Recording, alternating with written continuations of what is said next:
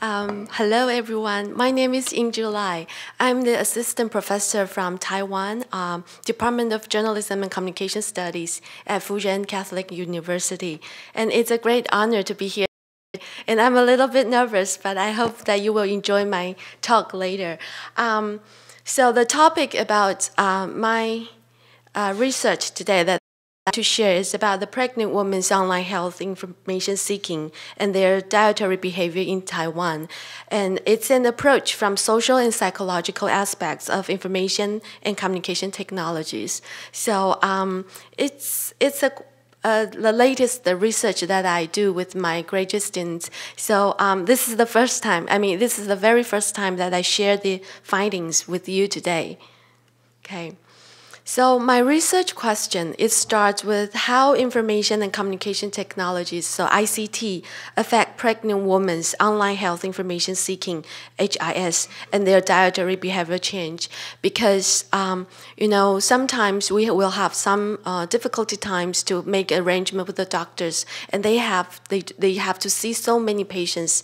So many women, especially the pregnant women, they will turn to internet to looking for the necessary information. So here's the research questions and motivation of my project. So at Night Clinic, the obstetrician to pregnant woman ratio, obstetrician means the doctor that helps to deliver babies, is 1 to 90. So you can see at the night clinic, they have only, maybe they start seeing patients from 6:30 to 10 o'clock, and they have to look after 90 pregnant women. So you can see how stressful it must be for the doctors.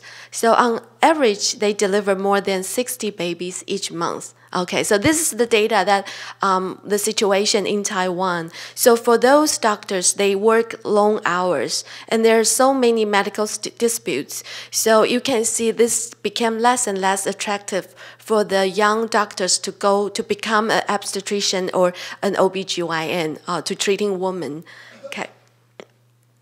So for the pregnant woman, for every OBGYN visit, they have very limited amount of time to discuss their condition with the doctor. So you can see there's a problem here because for women who are pregnant, there's always some complications that they need to spend time to discuss with the doctors. So the solution to the problem, many of them will turn to internet, and it has become a very important source for them to get pregnancy-related information. And based on the recent findings, 90% of pregnant women, they have used search engine like Google for pregnancy-related information and get online social support. Okay.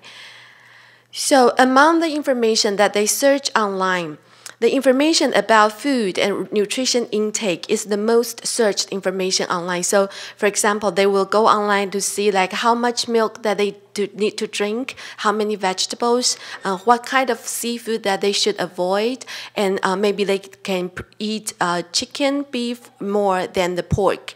Okay, so my research based on, will focus on the food and nutrition intake, and there are 4 types.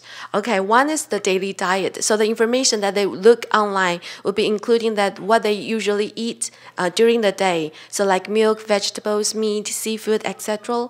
And also they may look for the information about the prescription drugs, because during the pregnancy, they may develop some symptoms, maybe like high blood pressure due to the pregnancy. So the doctors will prescribe them some medications, and sometimes they will look for about the more detailed information about it online.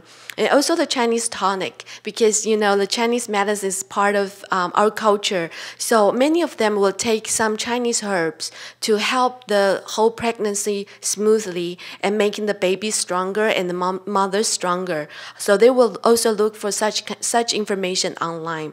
And also the nutritional supplements, like what kind of vitamins they should take, maybe some DHA and some folic acid that to help the baby's neural development. So these are the 4 basic types of health related information that regarding to the food and supplement intake online.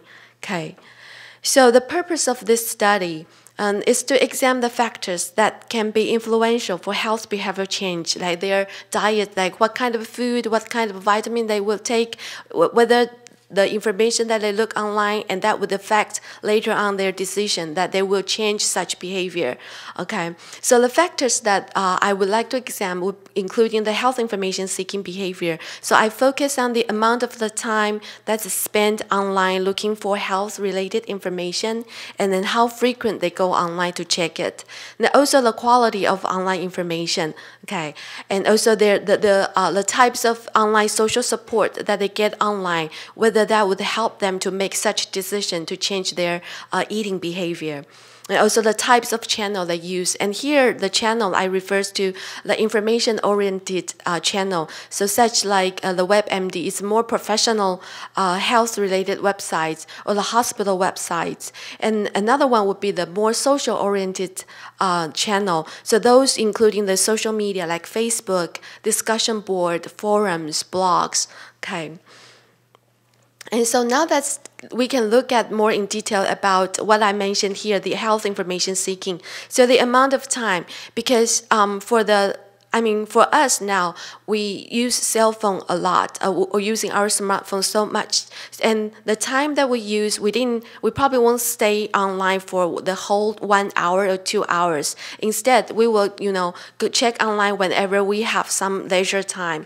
So I think that to look at the total amount of time, and also as well as the frequency of how often that they look the information online would be important factors to whether such variable would affect their behavior change. And also the use of information channel, as I said earlier, so like information-oriented channel, including the hospital websites, they always provide some professional information. But one thing for our normal people, because they're full of jargons and very difficult words, like you got some sort of symptoms, but they're using a very difficult language that we can understand. So people may check it, but they have difficulty understanding what does that mean. And also there's some health professional websites. So like for some doctors or some experts, they manage their own websites and they're providing such information.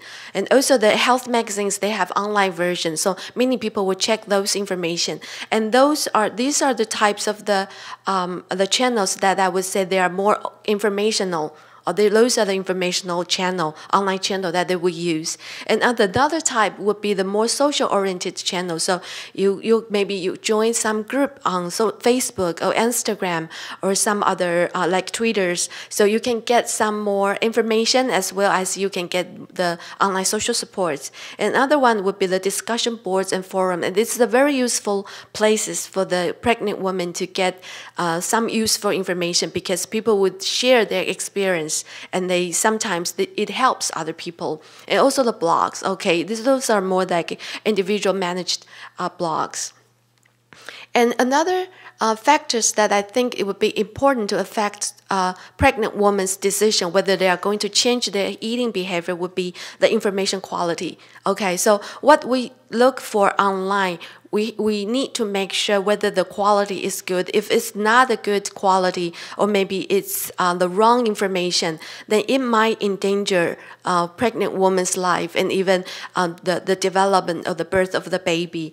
Okay, so there are 3 dimensions that I would look to measure the information quality. One is whether the information is accurate. So the information accuracy is one of the major dimension when I look at the information quality.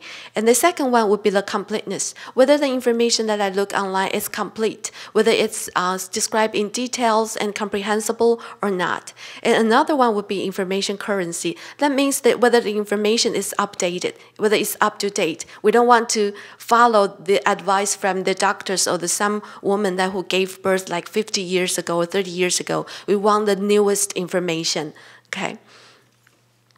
And the other factors that I would like to look at would be the online social support. And there are 4 dimensions. So one is the emotional social support. I think most of you, if you join or you belong to part of the online community, you probably would get a lot of support, especially emotionally, from your online friends. Okay, so whether you will share your feelings and whether they will share their cares towards you. So you care for someone, and whether someone may also care for you, and that's important for you. And another one would be informational support. That means whether you can get the information you need from the people online. Okay, and the appraisal support is more like you share your experience and people will give you some positive feedback. And if they give you more positive feedback, that you will be more confident in making the decisions whether you want to change your diet or not.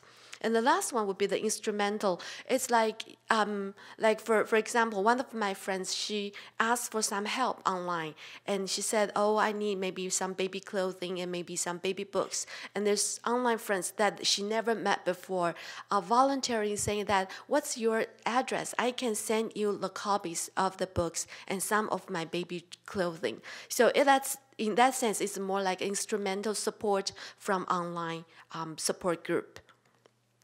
And there are other factors that might affect women's decision whether they want to change or not to change their diet behavior. So like the demographic, their age may be influential, whether their education, like whether you are a college graduate or you're a graduate student.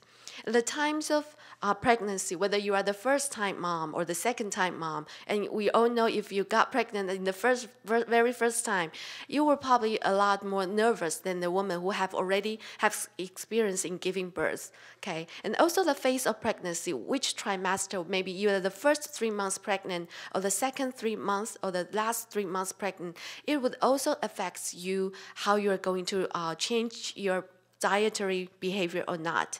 Also your health condition. So for example, if you are in a good health condition during the pregnancy, you'll probably think, I must be doing something right, so I don't really have to change my eating behavior. But if you are in some really bad condition, like I feel nauseous all the time, I vomit, or I don't feel so good all the time, then I would think that it's time for me to change some of my eating, and that would probably help me to get me through the whole pregnancy. Okay, so this is my research model because I'm a quantitative research person. So I collect a lot of data and doing the analysis. So for the independent variable, that means that the variables that would affect their change in behavior is including the online health information seeking behavior, so online HISP. And I focus on collecting data that it's the eating and nutritional supplement intake related information seeking. And the second one would be the channel. That means the information or the social channel that they use to get information.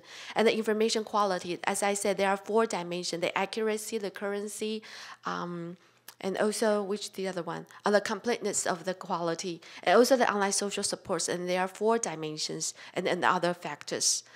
Okay, and whether these factors, independent variables, would affect the dependent variables, that means the change in eating behavior.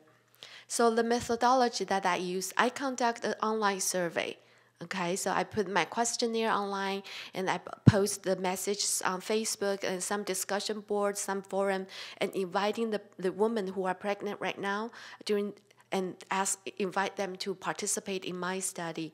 And the duration of data collection, you can see it's very new. It's last month, March 27th to this month, April 3rd, the 3rd. Okay, so we just finished the data collection, and our sample size, there are 500 pregnant women participated in our study.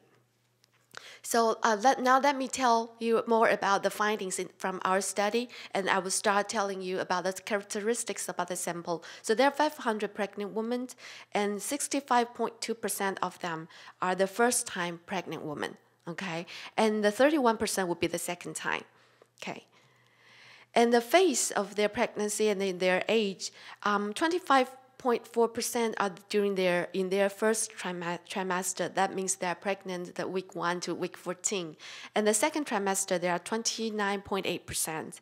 And the last trimester, that means the last 3 months, the baby is coming really soon. Those are about 45% of them. And the average age of the women who participated in our study, they're about 30 years old. And the youngest would be 20 years old, and the oldest 45 years old. It's pretty much the the age that women can give birth. Okay. And their education level, 68% of them are college graduate. Okay, that's takes the most part of the sample. And their perceived pregnancy health condition, that means that how they evaluate their own pregnancy condition. 49% of them think, oh, well, it's okay. I think I have a relatively good pregnancy. And 24% think their pregnancy periods are relatively good, very okay. And the time they spend on health information seeking behavior, for each week, about 3 days per week, they will go check the health related information online. And 44% of them will spend 30 minutes, less than 30 minutes each time. And 40% will spend between like 30 to an hour. So like less than an hour. That takes most of the 80%, more than 80% of the sample that they said that every time when they check online, they spend only less than an hour. So I do a little bit calculation and I get that for they spend like about 18 minutes a day for each week that they would go check the information. And the frequency of online health information seeking, the most of the time, the number one information that they will get would be nutritional supplement. Okay, so they will want to know what kind of vitamin they should take that's better for them and also for the baby. And the second one that they would check would be the daily regular dietary. So like how many milk, whether it's fat milk or fat-free milk, okay, and also the Chinese tonic. And then the last one would be the drug. So this is by the order, like how often that they check this type of information. And the source of the information seeking, the number one that they would start with would be they're using Google, using the search engine. They type the questions they want to know and they use Google to gather information. And the second one would be more like the pregnant or parenting websites. And these are the platforms that content are being generated by the user. So we call this UGC, the user-generated content websites. And the third one would be they would go to the social media. And then online forum discussion boards. And the last one, they would choose the medical professional websites. And it's not really difficult to see why, because it fits into our patterns of searching information online, okay? And I did a little bit factor analysis trying to figure out whether those pregnant women's perspective that they view, what kind of channels are information-oriented and what are social-oriented. And it's quite fit into the assumption that I made earlier. Okay. And the perceived usefulness of the information, I also asked them that how they think the information they get online, whether they are useful or not. And 47% of them think it's relatively useful, and 44% think it is useful. Okay, so here's some, like the average number would be 3.79. That's a relatively good number, okay. And the information quality, here, I did the reliability test because it's all go into a little bit of statistical analysis, and I'm not sure whether the students here are familiar with this kind of quantitative research methods.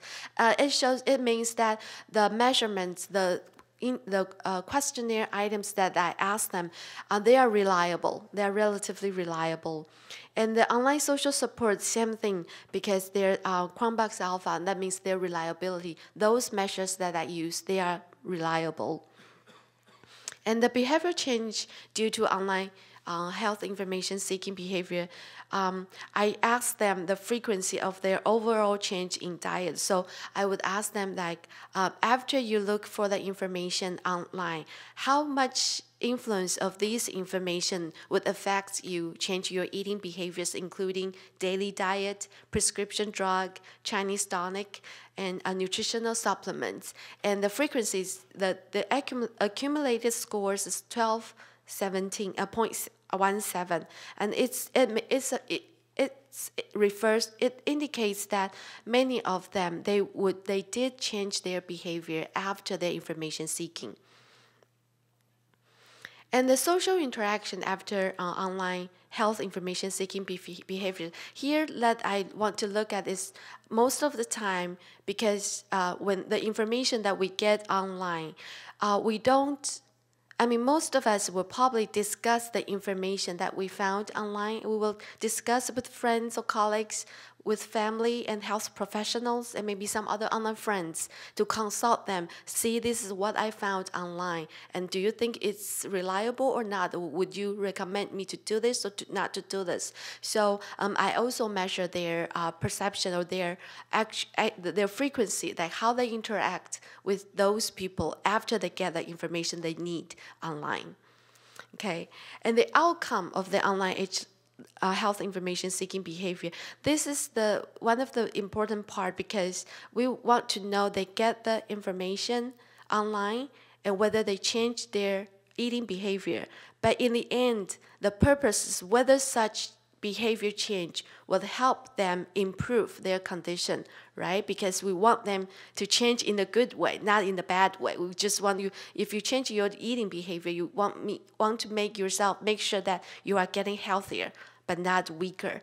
Okay, so about 50% agree that their pregnant condition getting a lot better after they follow the instruction or the information that they get online. And 25% agree that their condition getting better. Okay. So I did my research model testing, and then I used the multiple regression analysis. So based on the model here, here's the findings. So the pregnancy stage, so whether they're in their first trimester or the second or the third trimester, have the significant influence on whether or not they are going to change their behavior. And it's the negative relationship. That means that when they are in their early stage of pregnancy, because they're so unsure about their condition, they will go online to check the information, and they are more willing to change their behavior. And the second part is the use of social channel. It shows that people are relying on social channel more than the information channel. And the social channel are reliable predictors that can predict people's change of health behavior. And also the frequency. The more frequent you check information online, the more possibly that you will change your behavior. And about the information quality, I choose 3 dimensions to measure information quality. And in the end, only whether this information is up to date is most significant. But whether it is accurate or it's complete, they cannot predict whether they will change their behavior. Okay, and then the informational social support, because for this online social support they get, there are 2 parts that they will have the influence on whether or not they will change their behavior. One is the informational support. Another one, of course, you can see the emotional social support. And this model, they have the 30% of explanation power that these factors can predict whether or not the woman will change their eating behavior. Okay, so I'm going quite fast because Monica told me that I need to be right on the schedule. So this is my preliminary finding about this research, and this analysis, they're just out because, as I said, the data collection period ends on April the 3rd, and today it's just mid-April. Okay, so thank you, and I hope you enjoy the presentation that I have today. Thank you. Thank you.